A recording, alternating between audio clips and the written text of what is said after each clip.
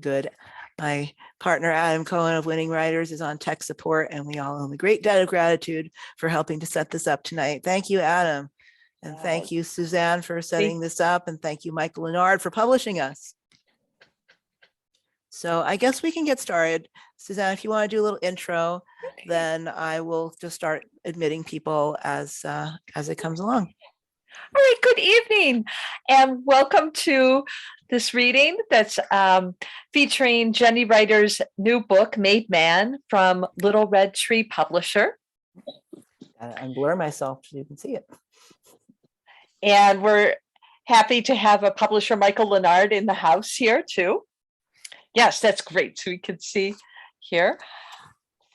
So Made Man just came out in the end of March, right, Jendi? Mm-hmm. And Jendi Reiter has a fantastic imagination, an inquisitive mind, witty mind that minds the mundane, such as kitchen life words and minding children for pathways to other realms, as well as a mind that critiques with wit the political and religious spheres.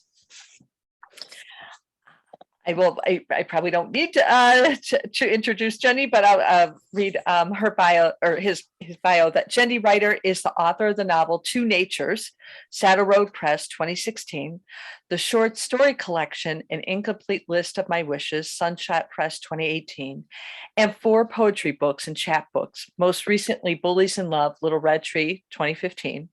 Their awards include a Massachusetts Cultural Council Fellowship for Poetry, the New Letters Prize for Fiction, the Wags Review Poetry Prize, the Bio Magazine Editors Prize in Fiction, and 2 awards from the Poetry Society of America.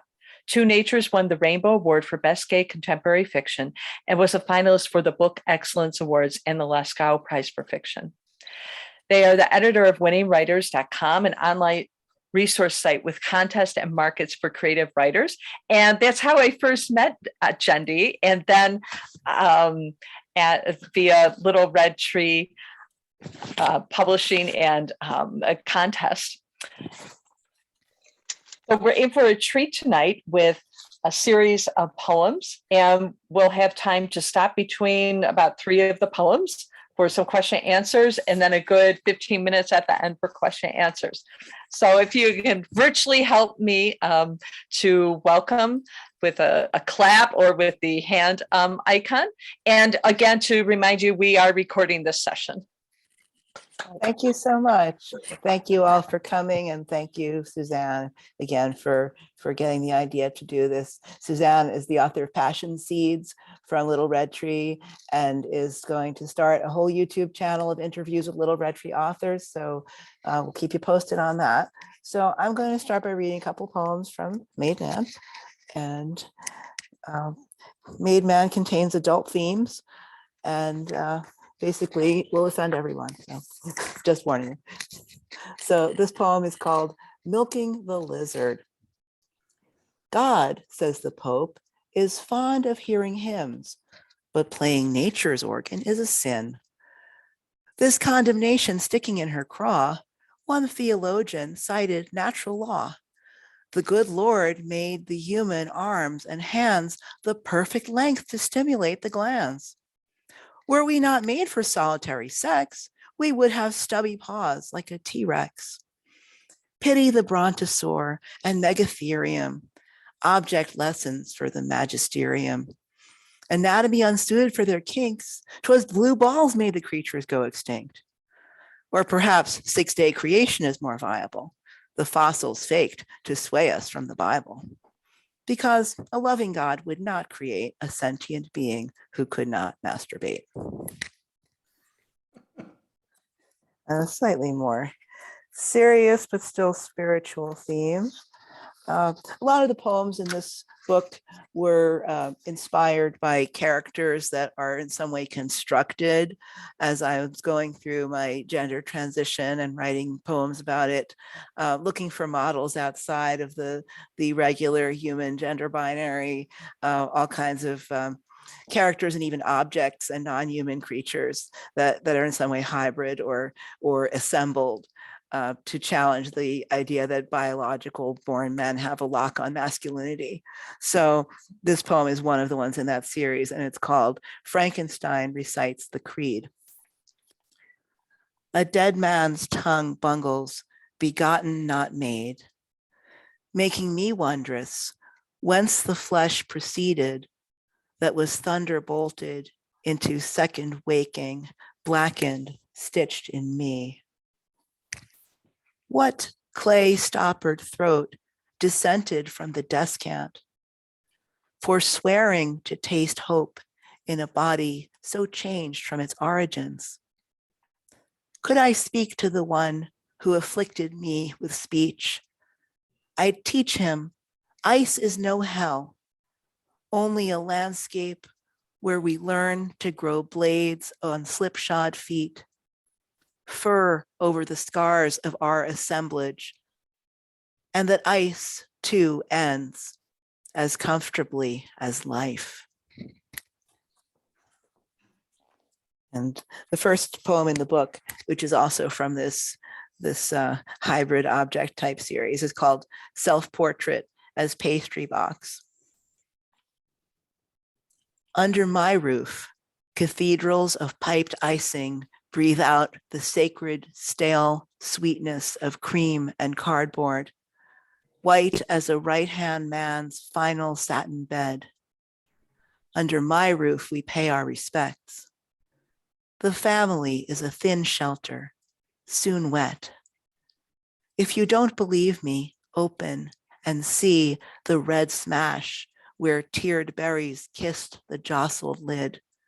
No shifting the ingredients, no loose knots in the string. Under my roof, I'll thank you not to take knives in vain. Remember him who was lifted from the river, from the box he was sealed in, the snapped wafer laid on your tongue like a secret recipe. Religion's root means to tie, string round the wrists, the trash bag sinking, the harbor's surface restored. Under my roof, the family's bound to gasp, glorying in the sugared name I display to be sliced after the blown out wish. Take the cannoli, broken for you.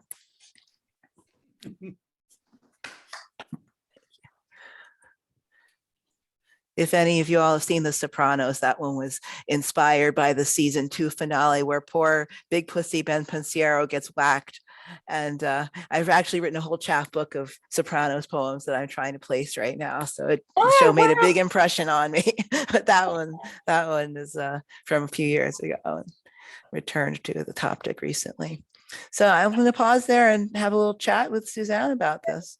I wondered, what the box in the river he was sealed in. I was curious about that. This who's in the box? Well, you know, in this poem, as in that great montage in The Godfather, kind of playing around with the mobster and sort of family as oppressive and silencing and patriarchy imagery and the imagery of Catholicism or Christianity, and the box and being raised from the river. I mean, you can think of a body being thrown overboard, but you can also think of Jesus, who was baptized in the river and who was sealed in the tomb and the wafer of communion. And how has this imagery, which should have been very life-giving, been co-opted to be part of very oppressive kind of top-down uniformity and structures that, you know, like not just the mafia, but like the traditional family in a lot of ways, really sort of the opposite of the boundary busting message of Jesus. One of my favorites is the first that you read, Milking the Lizard. I love the rhymes and I love the critique with humor against the religious dictates against masturbation. And I wonder if you could comment how you got the idea for this, and more, pointing more even to critiquing what you're critiquing and how you came on I was just being a goofball with that one, honestly. I was sitting in the backyard of my good friend Ellen LaFleche, who's a poet here in Northampton, and we just have this really irreverent sense of humor. And she was telling me that anecdote about a female theologian who said, that being able to touch yourself was clearly allowed by natural law because the body was, proportioned in such a way that you could do it. And so, of course, I was thinking about like, what if your arms are stubby? And then I thought of the T-Rex, and then like the whole thing just kind of, came out that way. But more seriously, besides the fact that I can never resist a dirty joke, I was thinking about the way that we feel like we have to justify often in traditional spiritual or philosophical terms, not sort of on a basis of, does this make you happy, or does this lead to good outcomes? Is this conducive to an individual's flourishing based on what we actually observe? But we have to make up these sort of excuses based on very elaborate, strained philosophical arguments. And that may be really distracting from looking at what are the actual effects of the things we do and believe. Thank you. Also, the Frankenstein recites the creed. There's in this poem, it's about transition, about speech, about being mute and unable to speak. And I think it's how we may be born not what we want to be ice, but can take on other things and even change to melt, which speaks to a variety of transitions of and yes, I also wondered about how you, it's fascinating how you said different characters and objects that inspired you to talk about transition, but how did you think of Frankenstein? Oh, I love a good horror story and Gothic imagery, and just kind of a fruitful image, of someone who's been assembled and someone who is in tension with their creator. That romantic, and the capital R sense of romantic movement of, all about the struggle of the individual against destiny or against spiritual religious structures, patriarch, divine patriarch. And I think Frankenstein, the original story, is really a metaphor, among other things, for that, for what responsibility does the creator owe to the creature? Since religion traditionally is so one way in terms of the responsibility that the creatures, human beings, owe to the divine. And what about that talk back? What about that mutuality of, hey, you created me in this way for your own ends, but maybe that's not who I'm meant to be, and I get to have a say. Great. Thank you. Yes, sure. Okay, well, let's go on to the next section, please. Yes. So I have a couple more body parts related poems.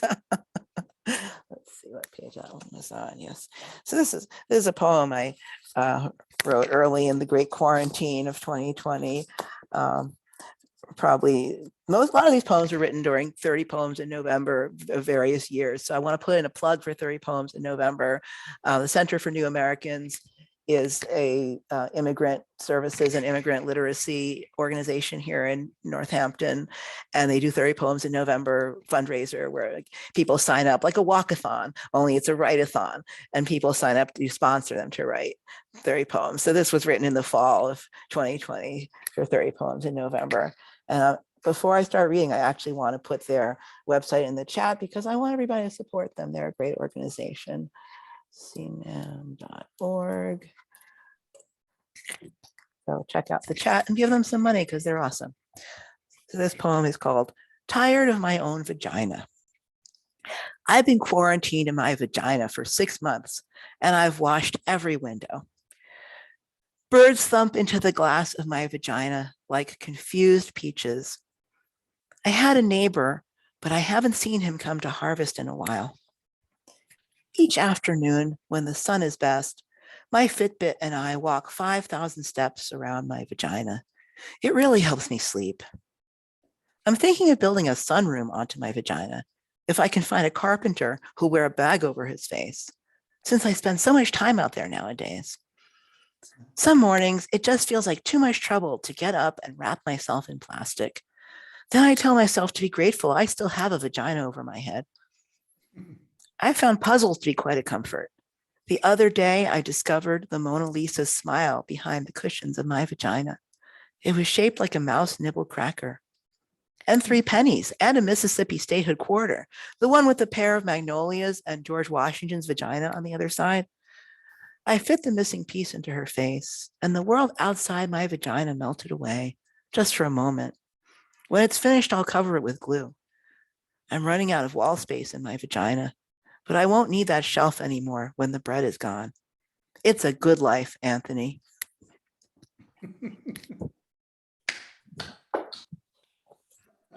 This one is called Dreaming of Top Surgery at the Vince Lombardi Rest Stop.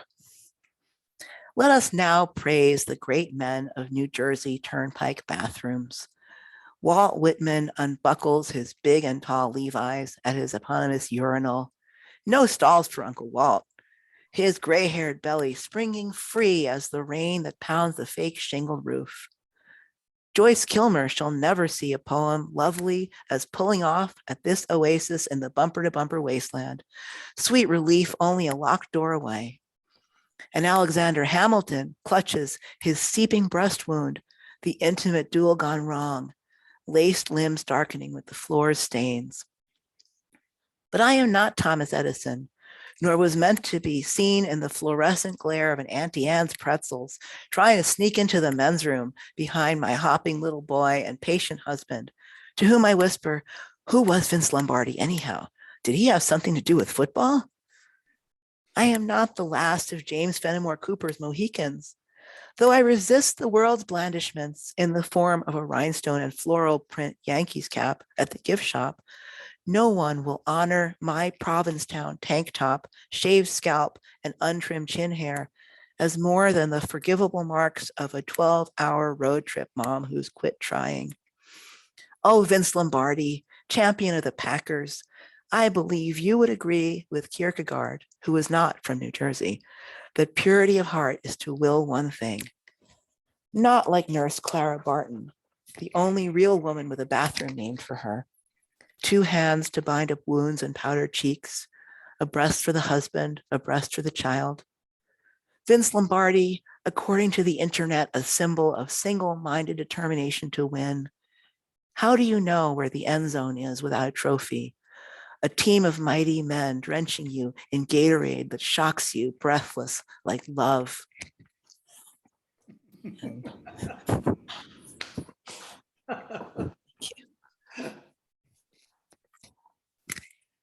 So that poem was written 2017 or 2018, relatively early in the whole trans journey here, depending on when you count it from, of course. And I'm going to read one more before we chat some more. This one is dedicated to Lou Sullivan. He was possibly the first contemporary trans man to live as openly gay, which at the time in the 80s and 90s, he was actually being denied trans medical care because the thinking back then was that you had to pass as a cisgender heterosexual person after your transition. And if you weren't going to do that, they weren't going to let you get medical care. So the title of this poem is a quote from Lou, and then the epigraph is another quote from his journals. The title is, "When people look at me, I want them to think, there's one of those people." And the quote is, "I took a certain pleasure in informing the gender clinic that even though their program told me I could not live as a gay man, it looks like I'm going to die like one." Lou Sullivan, 1951 to 1991, when he died of AIDS. Leather, stitches, pills, while you were proudly burning your short life into hidden histories like initialed hearts penknifed in an oak, I was slouching in lace.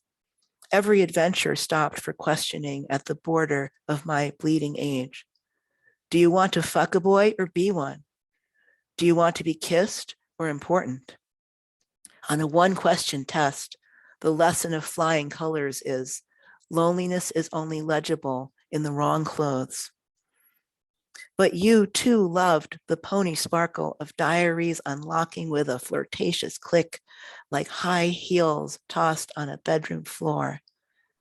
Your passable soprano screams for troubled boys with dirty guitars didn't stop you from swaggering, short and bound for a private victory, into the dancing men's darkness. I was raised on stories of not being believed.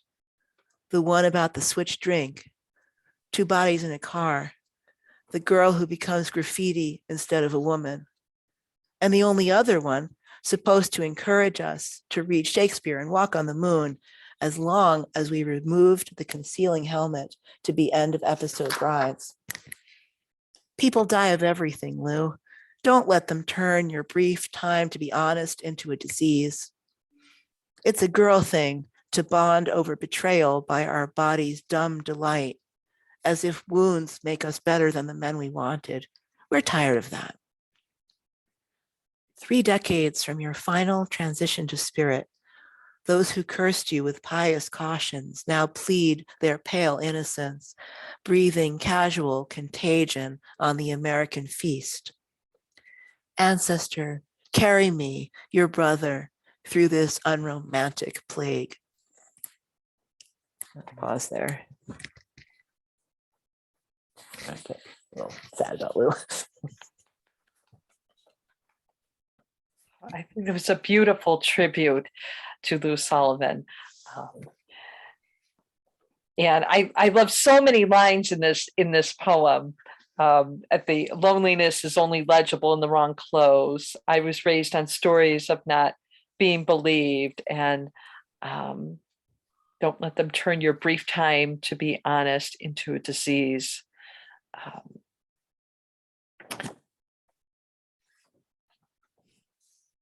I wrote this one during some other December and November, maybe last year or the year before. I don't know. The COVID feels like it's endless now, but it was definitely a post-COVID poem. And, thinking about the different attitudes that people had towards blame and contagion during the AIDS crisis versus the COVID epidemic, and how whose lives are expendable, and what decisions are considered frivolous.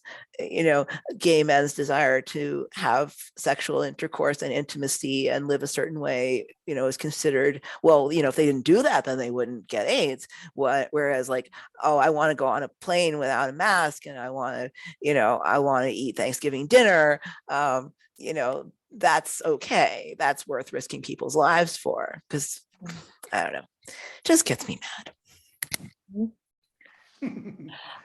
I remember you also talking about in Tired of My Own Vagina that it was also like the pandemic. Mm-hmm. And I thought this poem's so wonderful too. It's a new take on the vagina monologues, but with the imagination to decorate the vagina. Instead of vagina monologues speaking history, you are through imagination and objects speaking. And I wondered if you would comment on that poem and the objects you chose to decorate in the message with that. Sure. And how COVID inspired that poem too.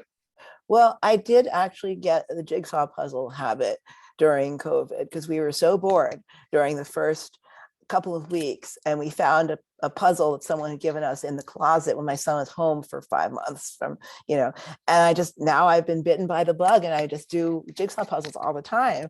And I was doing a Mona Lisa jigsaw puzzle at the time. It was incredibly hard, but I had nothing better to do.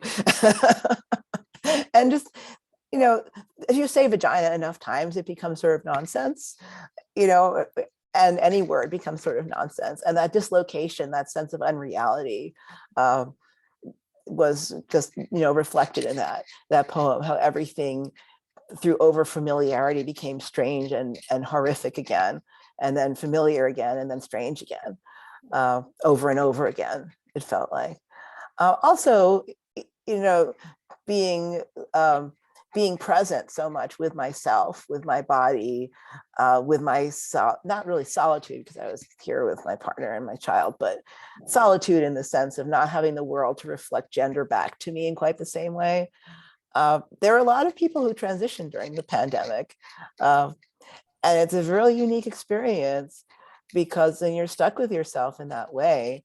And thinking about what do I want to do with whatever life I have left, which might be shorter than I thought, then you are sort of stuck inside your own whatever body part it is, and thinking, do I want to live inside this body or not? Do I want something different?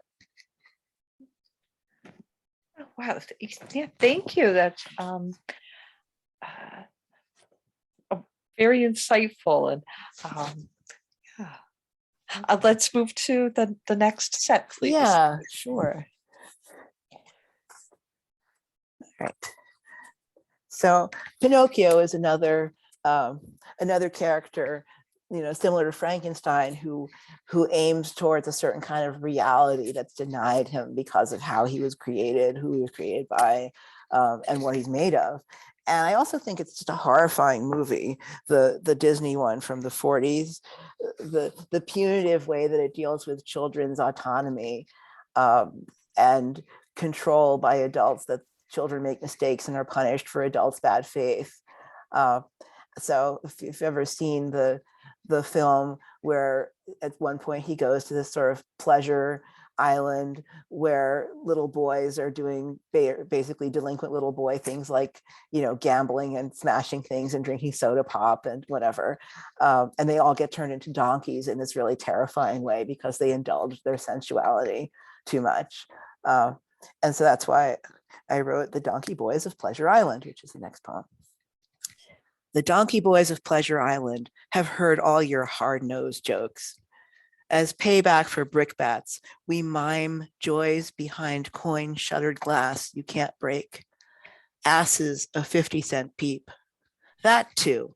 You don't think we can whistle every tired spin of your carousel humors in our sleep? But take your purchased turn on the bridled, bolted up and down. Inside our hooves are hands we know, shivering fingers that kiss dynamite with our last match, never to save the father from the sperm whale's limbo gut, old knife man who sent his only son to school with his mouth painted shut on lies and singing. No, we burned the carnival down for a moment's foaming spirits mingled from burst barrels, for the kick of a soul-bright cinder escaping those flames that writhed like a marionette. And another one I wanted to read. Like I said, I did a lot of 30 poems in November. So there's a lot of Thanksgiving related poems in this book. And this one is also a persona poem, and it's called Racist Uncle Tired of Being Blamed for Abolishing Thanksgiving. Listen, ladies, I was also once a mother's son, a normal buckaroo, pop gunning feathers out of his brother's hair. I learned the tomahawk chop the old fashioned way, by watching my father go to war at the dinner table. In my day, there was none of this being too sensitive to eat peas with a knife. You expect me to keep track of all the names these kids give themselves? Like they're, I don't know, Lake Potawatomi or something? I don't know what those people are complaining about. We named our footballs after them. My parents worked hard for every nickel they pulled out of my ear. Nobody wrote the toilet signs for me in a foreign language and gave them a special history book saying they were the Queen of Egypt. But now you have these people sneaking across the borders of our school district to tell us we have to stop praying. Can't a gun make a joke anymore, ladies? Don't get me wrong. It's a free lunch. You can do whatever you want in the privacy of your own female. I just don't want to see it in my face. You ask me, evolution is ruining this country.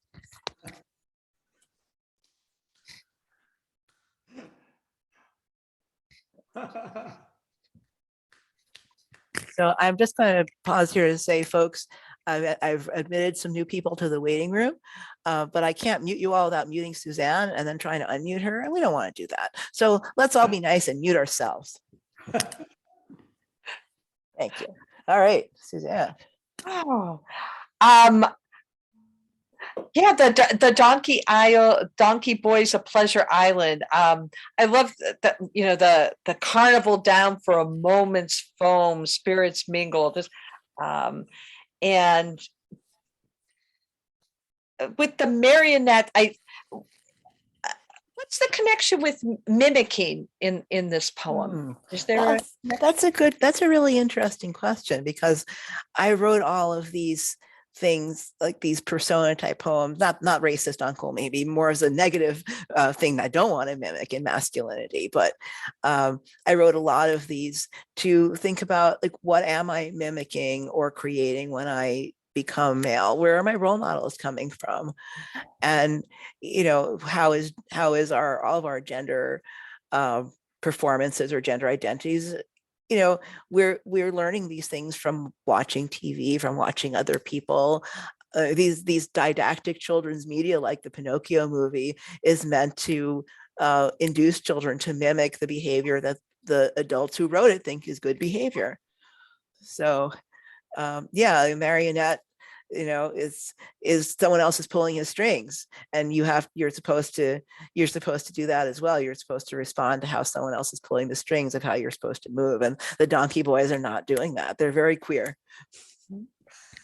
And this makes me think of another poem that you have a list on on the left side one male and on the right side female, and they're objects or actions that fit in each gender category. And it also just puts it right out there as you said, what we're being sort of trained to do. I guess I have time I could read that one, although it wasn't on the list. I just find it in the table of contents. Oh, here we go. Yes, I will read that one since you liked it. This poem is called The 10 Most Manly Things, the 10 Most Feminine Things. The 10 most manly things: moose, hot sauce, knuckles, stopped pocket watch, ontology, muddy glove, bypass, framed nautical map, six string, dislocated jaw. The 10 most feminine things: potatoes au gratin, metronome, beehive, novel about murder, latex, bunions, regret, Italian glass bonbons, convenient amnesia, throw pillows. I wrote that one in the middle of the night, and then I just kept tinkering with, like, taking out one thing, putting in another thing. Like, it was as I got closer to what I was, the mood that I was trying to achieve, whatever that was. What do you think that was? What was that about, Suzanne? What does this poem mean? Just how categorizing, right? And how that so much is of the visual categorization too, and with our genders and what we associate, what objects or actions we associate with genders. And to me, it's so effective on the page too, with just very quickly to take those in, and that visual representation of the division too in your form. And that's something I like too about your pressing of forms, and also then taking on inspiration, from words changing to different things. I wanted to ask about the racist uncle tired of being blamed for abolishing. And I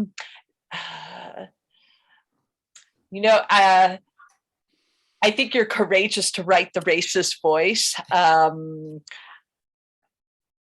It seems like a taboo topic to write about the racist voice. And I think, certainly, when one's writing with a mission for, I imagine, social change, it's different from promoting hate. But I wonder if you could comment at all about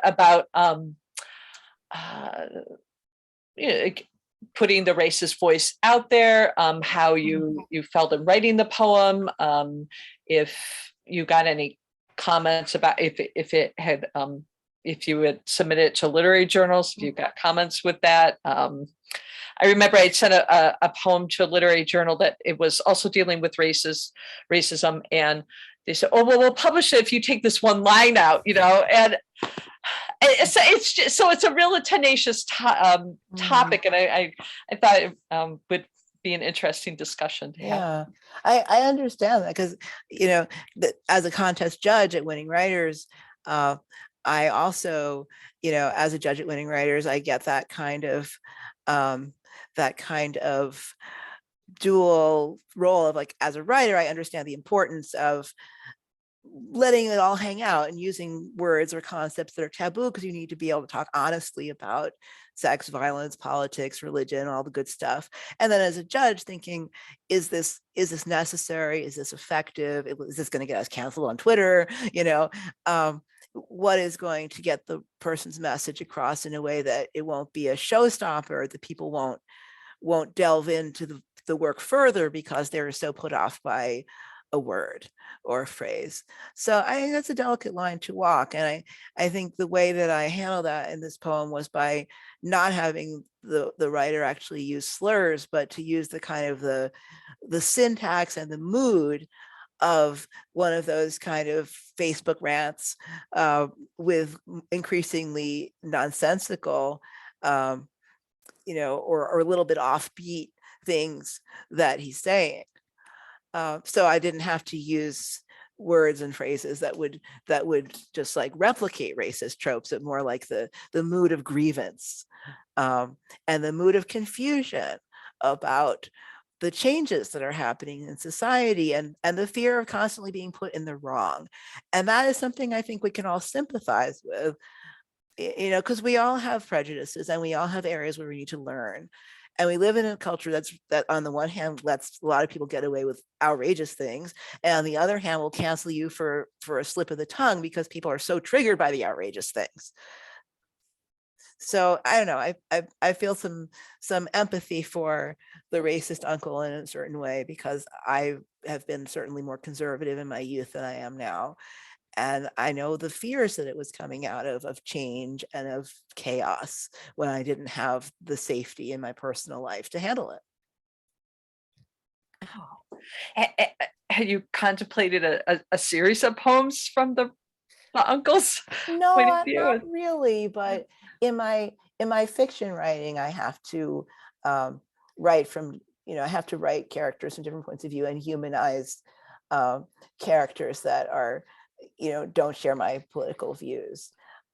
People who are more conservative religiously or politically, just so that the book has a bunch of interesting characters and conflict in it, And my novel Two Natures that you mentioned in the bio, Julian, the main character's father, is typical kind of Southern Republican businessman. And writing him, I had to find sort of a point of empathy and make up a backstory for him to show, why is this person so angry? Why is this person so unkind to his family? What has he suffered? Not to excuse it, but just to make him not a caricature. Okay. Thank you. You're welcome. And okay, so maybe I don't know if we want to talk about Bersani, or yes, let us talk about, why is this reading called Support the Bottom? Yes, well, it's because on the turkey roasting pan, which is made of foil, it says always support the bottom, because otherwise the turkey will fall out because it's not very strong. And my husband, Mr. Tech Support, has a great sense of humor, and a lot of my poems are based on off-color jokes that he suggested.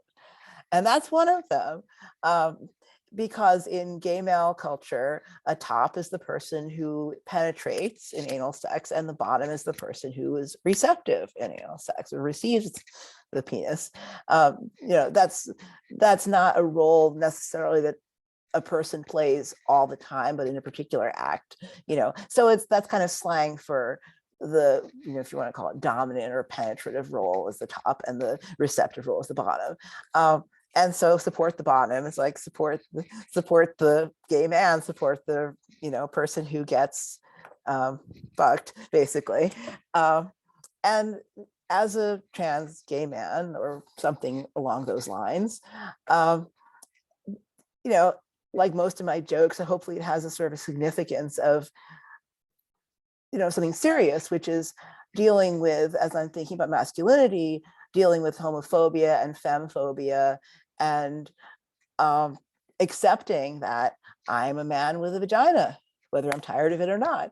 And I am a person who takes different roles in sex from the macho, dominant top person that's considered the pinnacle of masculinity. And so I need support for that. And I need to support myself.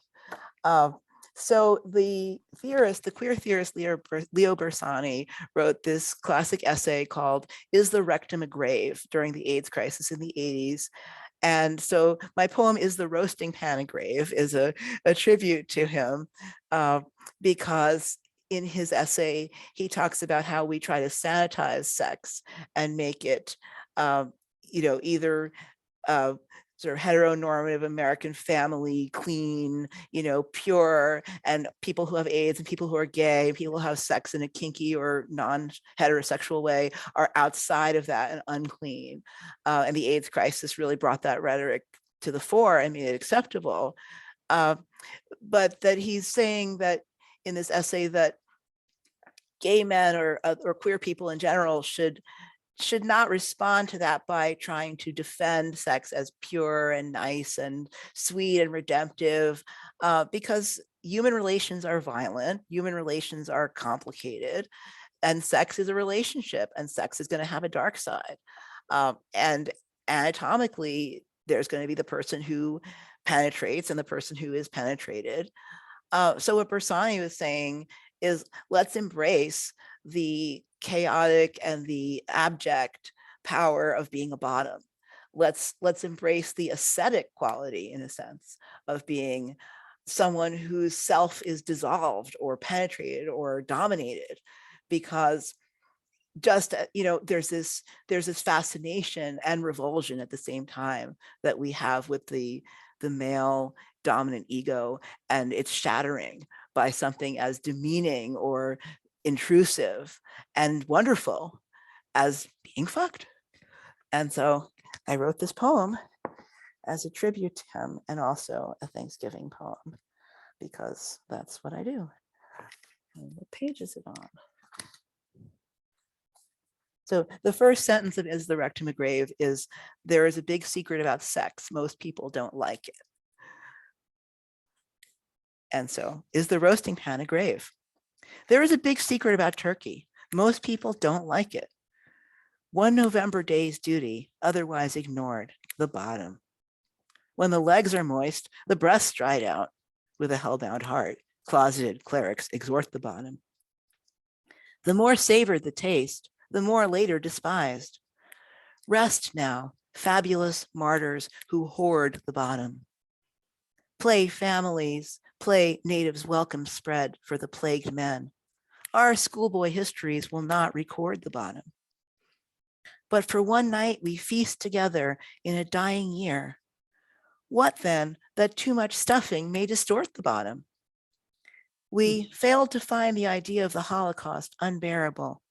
Rather, police meat market into pastoral, report the bottom. Give thanks to ghosts, our unquenchable forefathers, pilgrims of filth, who on their knees adored the bottom.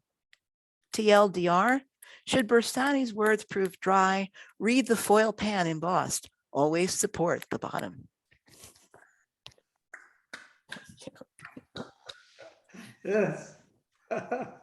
My jokes require long explanations, apparently. I really regret, I have advice for all of you out there in internet land. I regret that I did not send this poem to Professor Bersani, because I thought he might not appreciate it, but I think he probably would have. And then he died a couple of months ago in his 90s. And I really regret that I didn't send it to him. So send your poems to the people who inspired them.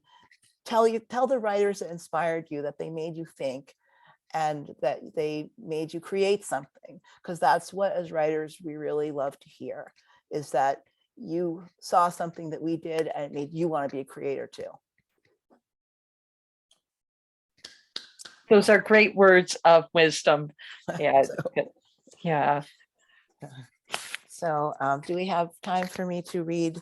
The last one is kind of long, and then we can have a Oh, little yes, Q&A the and stuff. trans-fed Yeah. semi-auto. Yes, while we're on the topic, there's a photographer, Hal Fisher, who in the late 70s did this whole series of photos of gay men in San Francisco called Gay Semiotics, and also Boyfriends. It was a couple of different series, and this sonnet sequence is inspired by Hal Fisher's photos, and each opening and closing line of the Crown of Sonnets is a quote from some of the photo descriptions, or some of his writing that accompanied the photo series.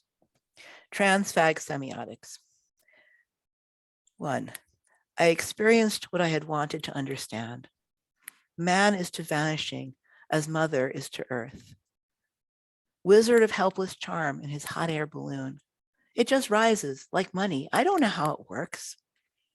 Girl is to music as boy is to dirt. A speck on the staves, wiped out of tune. Pay attention behind the curtain. Dance, too, will be tamed to a porcelain shine. Child, you can play a swan, but you're not a swan. Didn't you know fathers are only seeds? Racket or sword, you can strike as a woman. Face is to razor as yards are to weed. Good pupil, ace analogy, test comprehension. Any subject can be made natural under proper conditions. 2. Photographed under the proper conditions, I was fuckable, but no father twirled me on his watch chain. No whistles dogged me with the rancid devotion of a stalker. Should I call this invisibility recognition in retcon? Bash me, lover, latent brother, hard hat, street fashion trash man. So not cool that I coveted your sister's common wounds, their blossoming objection and blameless fury. A red language denied in my mouth its initiation. What kind of guy envies this rite of passage? Be the dirtbag I wish to see in the world, commercially viable, universally understood. 3. Want to be understood? What are you, a beer commercial? Power is to future as gender is to nothing. All the top doctors sign themselves illegible. For the price of the knife, you could buy a dozen rings. Have you tried wearing something more liminal? Black leather becomes a symbol for the unknown, only till the whip first bites indelible. Children born between two plagues, their pronouns are diamonds. They won't call me daddy. Left chain right? Obsolete riddle for new bodies, keyless entry. Have you tried being a book with a hole in the middle? I practiced the queer art of failure with rope clothesline and a book on sailors. 4. With a line from a book on sailors, I was hooked. You can have your one desire if you're willing to lose what's left. Clocked by a crocodile again. Fairies only have room for one feeling, to die before they fold into old men. Forever stars, they can take part in nothing. Time lapsed on Castro Street, they jockey from bench to transit as the sun claims another inch of shadow, smoking behind the wall. So my decision, yield my peach fuzz cheek to needle's pinch. See what bright blade arcs from the incision? For the time being is the same as for good. The lost boy and his friends disappear from the neighborhood. 5. Lost? Boy, yes. Friends have disappeared, realized we had done enough to one another, itched to unzip me, peer under the hood. Under sweat, just darkness. Under darkness, leather has no inside, no essence to decode from our positions. Boy, don't figure out your name, but what you hold. Sometimes we depart together. Sometimes you vanish like a father or a breast. Drop the handkerchief, the theory, drop to your knees. Whether you can explain it or not, do you want to live? Faggot is becoming. What is a man? I experienced what I had wanted to understand. Hmm. Thanks. So thank you. That's all the poems that I'm going to read right now. So please feel free to ask any questions, Suzanne, then we can open up for Q&A for a few minutes. Yes. Yes. Thank you very much. Thank you. And yes, I want to have enough time. We've got adequate time. So please, if you want to just speak or type something in the chat, or we invite time for questions, anything from, poems to process. Okay, Robert Fleming has a question. Sure. How do I Robert, you put your own hand down, but okay. is Robert able to speak? Is Yeah. Robert muted? Yes, can you hear me? Yes, thank you. Hi, I'm a writer and teacher also, and I wanted to share during the beginning of your reading, I was thinking about, in the Christian view, the primary ingredient for creating a man was ash, and I wanted to give you an idea for another poem, which is, what is the primary ingredient and recipe for creating a trans man? Oh, I love it. Thank you, Robert. That's awesome. And my second response is to your Pinocchio poem, which is, I I see there's another level to the poem, which is a comparison of the relationship between Geppetto and Pinocchio and God to Jesus.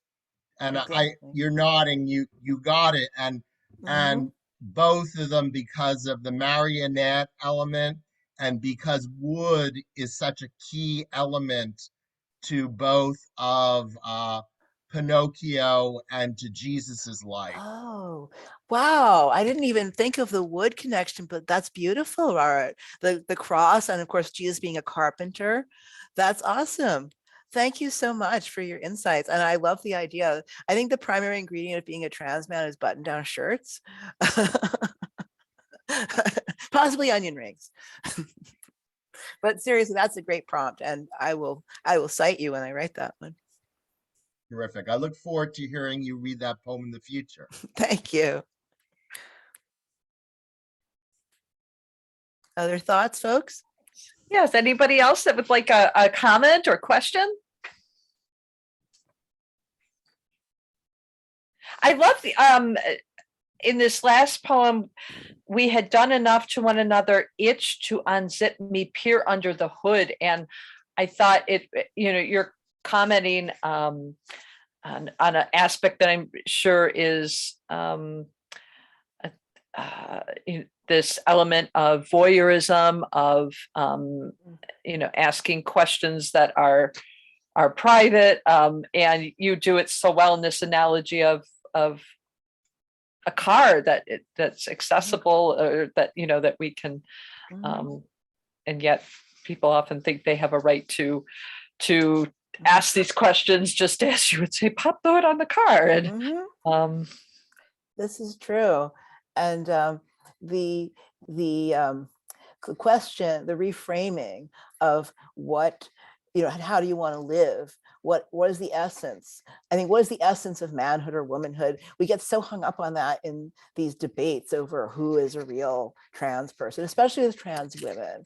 Like, trans women are subject to this incredible, oppressive scrutiny about what is real womanhood by non-trans accepting so-called feminists and others. And it all falls apart, when we try to define, well, is being a woman menstruating? Is it being a woman having a vagina? Is it having babies? Is it dressing a certain way? Is it experiencing a certain kind of oppression? Like, these are all steps that will leave someone out, and it ends up being a really futile inquiry. Whereas there's the trans woman, Jules Gill Peterson, I read her Substract newsletter, and she had a really great reframing of it, which is like, how do I want to live my life? I may not ever be able to define what is the essence of manhood or womanhood as a trans person, because that is not a thing. It's not a bounded category. It's what we make of it. But how do I want to live my life is a much more fruitful question. It doesn't put me on the defensive, as you said, Suzanne, with these folks who ask these probing questions that really are none of their business. I see in the chat that Angel Leo wants to ask a question, so please unmute yourself and ask. We'd love to hear from you.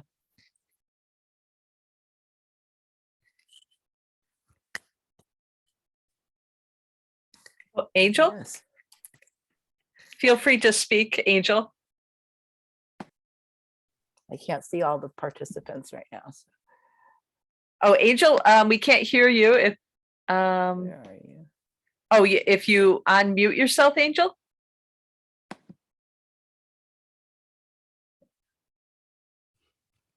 Sorry, I have to change. Oh, okay. Angel says, sorry, I have to change settings manually. We'll take your time. We are not in a rush. Well, I'll read a comment from Robbie while we're waiting for Angel. Robbie says, and there's also the character of Jiminy Cricket, the conscience or moral compass. Go back to the Yes. Donkey's Island poem. That's right. Thank you, Robbie. Robbie is Solstice editor, and we love Solstice Split Mag. Everybody go read Solstice Split Mag. That's true. Jiminy Cricket's such an annoying character.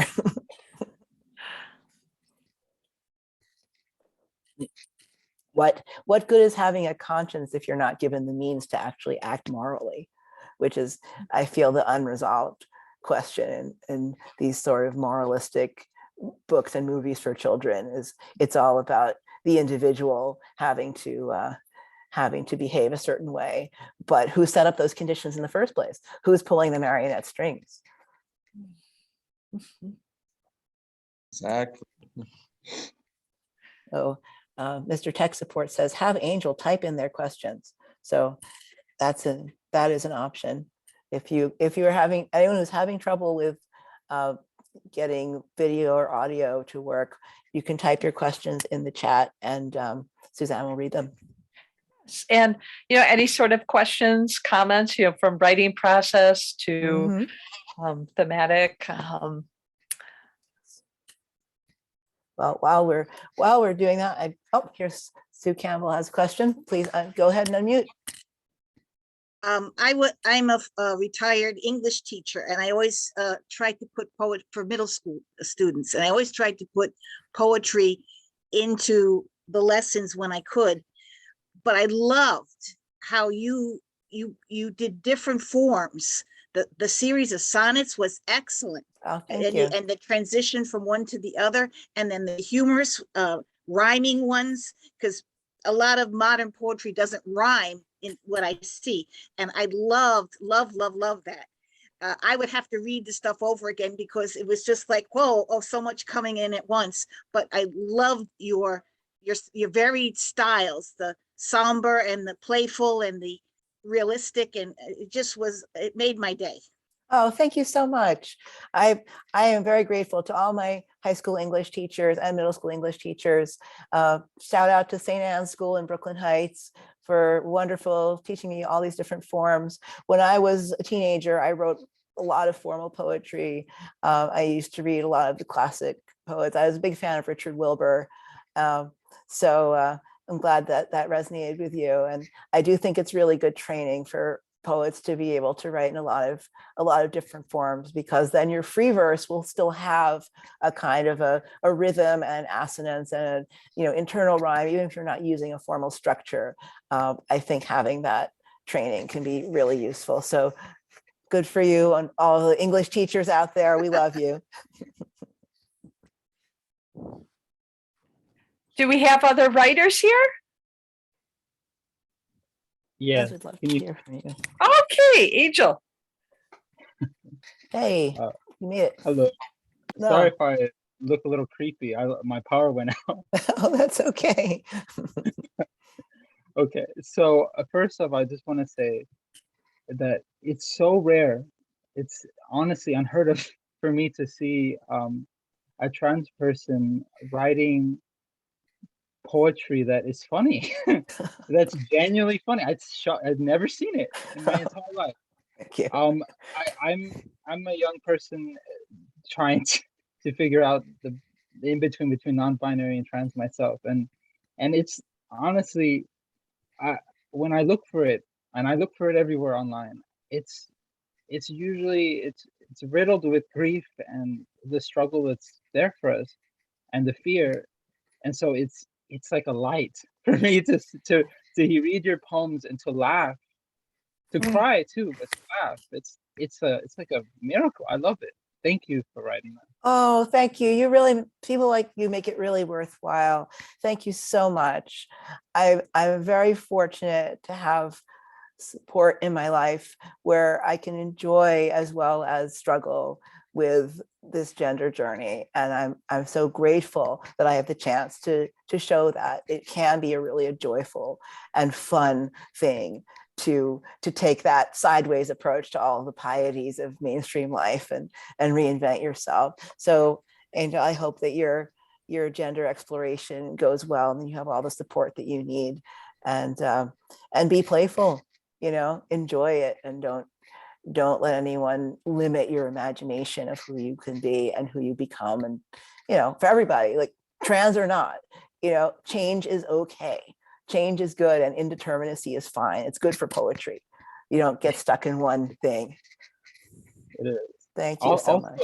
the way that you you put it with inanimate objects, and it's almost speculative to me. That's what I love, speculative poetry, science fiction poetry. Mhm. I think honestly, gender and queerness, it's perfect. Those are some of my favorite poems by yours. So just thank you for writing. You inspire us. Oh, thank you so much. That really means the world to me that it moved you that way. I love speculative fiction, sci-fi, and fantasy. I feel like there is a lot more creativity going on in terms of reimagining gender and society than there is in mainstream literary fiction. And I've been writing mainstream literary fiction for the past 15 years in addition to the poetry. And I suddenly asked myself this past year, why? Well, that's not usually what I read. I'm going to branch out into more speculative stuff because playfulness and imagination, just being unlimited in that way, is really great. I've actually completed this past March a one-year study of witchcraft, and that is my new spiritual path at the moment. And I feel like that has gone hand in hand with writing in new ways and developing my identity in new ways. It all sort of works together to expand the possibilities beyond what the mainstream offers to us. You probably would like Stephanie Burt's poetry also. Some of the inanimate object stuff was kind of inspired by her book, Advice from the Lights. She has some really good poems in there. She's a trans woman that I actually went to college with. And Advice from the Lights is a very entertaining book of poetry. Oh, I'll look it up. Thank you. You're welcome. And speaking of books, what are you currently reading? What am I currently reading? I'm currently reading Joy Layden's memoir of her transition through the door of life, and an incredibly dumb gay comic murder mystery. And what else am I reading? I'm always reading like a lot of different things. That's pretty much what I'm reading right now.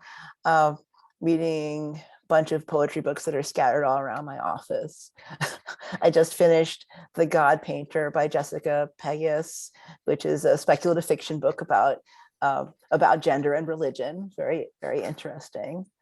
And yeah, that's pretty much what I'm reading right now. And can you tell us future readings? And I'm wondering if you have any plans with your book for supporting the trans community with advocacy. And this is the only event I have scheduled right now. I was hoping to have another one possibly in Northampton at one of the bookstores. So I will keep our winning writers community posted on that. And mostly supporting poetry doesn't make any money, so so I haven't really donated anything. But I hope that by being visible and networking with other queer writers, that I can be supportive in that way. And if you want to support the queer community, please buy my book from the either from Little Red Tree or from the Bureau of General Studies Queer Division bookstore in New York, which is one of the last independent gay bookstores. And I'm going to put the email of the owner of the bookstore in the chat, so that everyone who wants to buy my book, which hopefully is all of you, can buy some books from them. They're really wonderful. They're at the Gay and Lesbian Center in New York. I'm putting that in the chat right now. I'm trying to type while also looking at the screen. This is why I am a writer and not the tech support person. .com.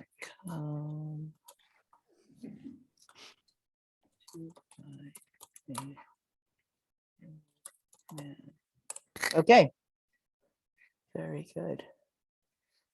Yes, I see we have Robert Fleming has a publisher question. Take it away, Robert.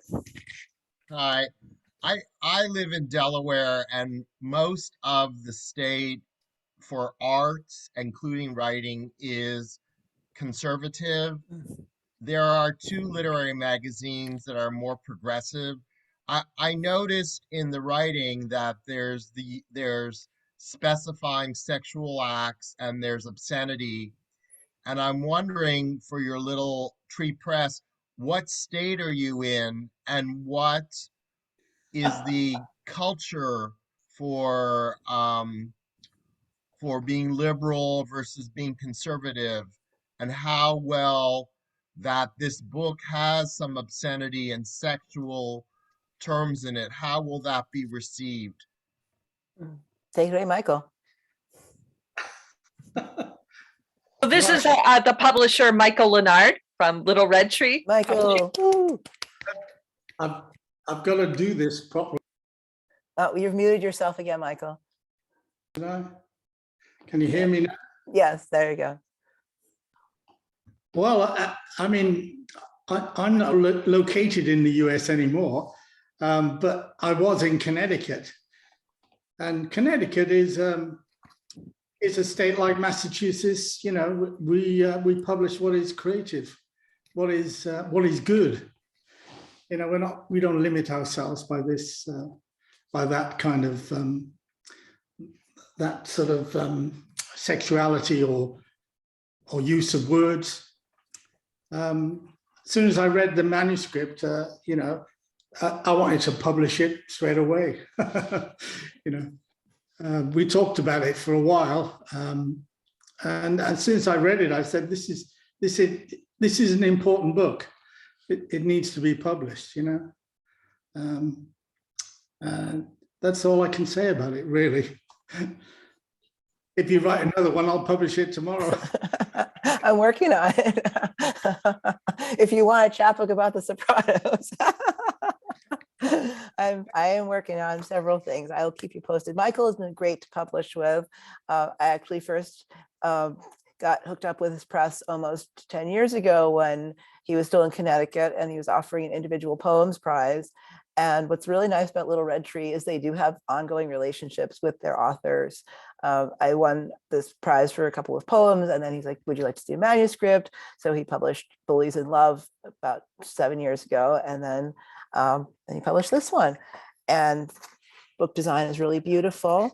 And I'm going to actually unblock the background here so you can see the art in this book, which is by my online friend, another winning writer subscriber, Tom Taylor, aka the Poet Spiel, who's this wonderful 80-year-old gay writer and graphic designer. And you can't really see too well the stuff.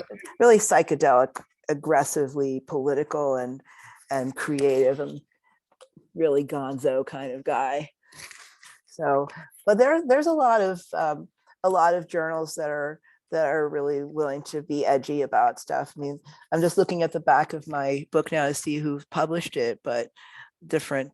The Vagina poem was published in Quarter After Eight. A bunch of my poems were published in Raw Art Review. A bunch of them published in Solstice Lit Mag. Thank you, Solstice Lit Mag. For queer poetry, you definitely should try Javal Press. Who else is good? Crosswinds published a few of them. So a Midway Journal, just like a bunch of, there's a bunch of literary magazines that do really good work and are willing to go out on the edge. So you don't have to be limited to your location. It's true, the country has become more and more fragmented in that way and very extreme. I'm glad I live in ultra blue Northampton, Massachusetts. Jendi, I Michael? wondered if you could tell us what your current writing projects are, please.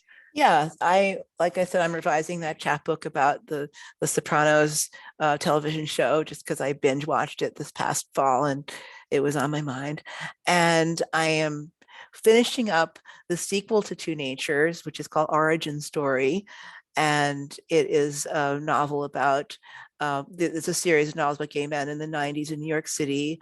And this one is about a man who is working on a comic book that he's a superhero comic book that he's creating, and it starts to give him flashbacks of childhood abuse that he didn't realize was in his past. That's explaining why he's having so much trouble maintaining a healthy relationship with the true love of his life. So I'm finishing up final edits on that and look for an agent. And I've just also started drafting a fantasy novel about queer and trans magicians in a near future apocalyptic America. But I've never written in this genre before. So that's all I can say about it right now. It's completely a work in progress. It has 2.5 pages written, but it's a lot of fun. Wow, fascinating. Thank you. Wow. So if everyone is done questioning, I think you've all been very kind to give us your attention tonight for an hour and 15 minutes. And I think we will say good night now. Suzanne or Michael or anybody have any closing remarks before I sign off? Well, we have the link in the chat where to get the book. And this talk will be uploaded at some point to Little Red Tree's YouTube channel. So you can look for it there. Yes. And if we could please give a round of applause to Jendi. There's one question in the chat that's not been answered that I'm curious about. Okay. And that's from Angel. Is there any advice you would give to emerging queer poets or that you would give to yourself in the past? Oh, I'm so glad you noticed that was in there, because that is a fantastic question. Yeah. Angel, thank you. Advice I would give to emerging queer poets, I guess I would say read lots of other queer poets and other poets in general, and not just from right now, but also from past decades.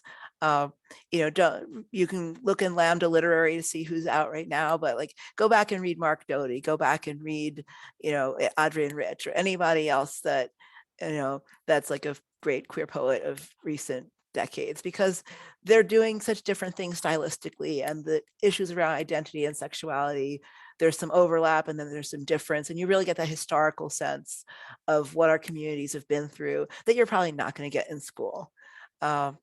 And read internationally and all that, but like especially look at like who are your elders in that community and who's coming up now, who are your contemporaries, and and just read it for craft like you would anything else, and look at what is interesting to you and what's not being said, what's an experience that you are not seeing that you feel like it's necessary to speak about. And it's really good to network with people. Like think about what you can do for them to boost their signal, not just for what they can do for you. Because really the point of all this is to meet one another and to, have solidarity and be inspired by each other. So it will help not just your career and your craft, but I think it'll make being a writer more fulfilling. And what advice I would give to myself in the past, I would say, don't be such a dick to people about things that you believe, because you will repudiate them all. I love Depends it. how I far love back it. in the past you would go. But maybe not, you know, in the more recent past, I would say, believe that more things are possible than you think.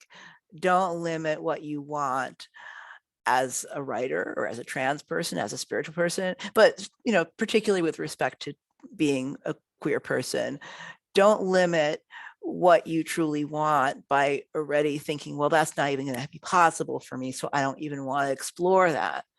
That's really something I learned from studying witchcraft, actually, is that, you know, you're willing the world into being, you're willing yourself into being. It's a lot more active than what I've found traditional religion to be. So that's really transformed the way I look at my queerness and my journey. It's like, don't pre-limit what you think is possible. You may not get it, but at least you know what you want. And then a door will open for you, and somehow something will happen that maybe you didn't expect it, but it will turn out to be, that was the right thing. But you didn't pre-limit that for yourself. And I think that's especially important now, because the world, our society is trying to make it unthinkable, you know, literally unthinkable, by taking books out of libraries and by silencing people and preventing them from getting care, preventing us from forming families through marriage or adoption. It's all the more important not to let your imagination for yourself and your community be limited by others. But be responsible to the people you love as well, because we're not in this alone. We're all in this together. That is so beautiful and, Thank you. and really inspiring. Thank you. Thank It's you so so beautiful much. to see all of you. And I know some of you only through Winning Writers emails. And so to put a face on the people that I've corresponded with, and sometimes for years, is a beautiful thing. So thank you all so much for being here, and keep writing and reading and living.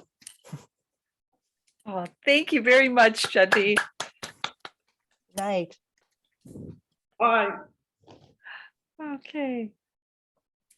I'm going to end the meeting now. Good night, everybody. Okay. Thank you, Suzanne and Michael. Yes, thank you. Nice to see Bye. you, And Michael. thank you, Adam, for tech support. Good night. Yes, Adam, kudos. Thank you. Bye.